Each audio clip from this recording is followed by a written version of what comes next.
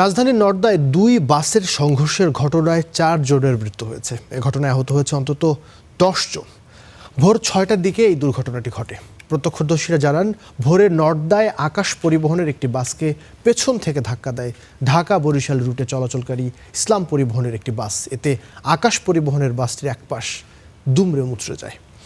দুর্ঘটনার পর ইসলাম পরিবহনের বাসটির আইল্যান্ডের উপর উল্টে পড়ে যায়। পরে খবর পেয়ে ফায়ার সার্ভিস ঘটনাস্থলে গিয়ে একজনের মরদেহ উদ্ধার করে।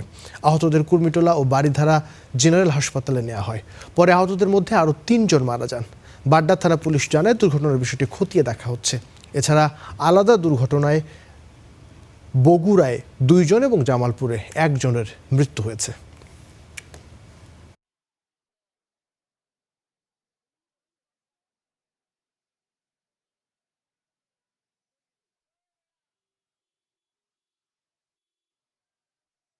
আমার মেয়ে একবার বলছে যে এভাবে আপনি গাড়ি চালান, ভালোভাবে গাড়ি চালান। তাই ওদিক দিয়ে এমনি করতে করতে আইসে এই জায়গায় আইয়ে কেমন করে মারিয়ে দিচ্ছে আমরা বলতে পারি না। আমি ছিলাম হ্যাঁ পিছিয়ে হ্যাঁ আল্লাহ কাল সামনে, আমি কি হয়েছে না হয়েছে আমি বলতে পারি না। আমি পড়ছে যে কালে আমি লাইল্লাহ মোহাম্মদ রসুল্লাহ কইয়া আমি বুঝি আমি নাই।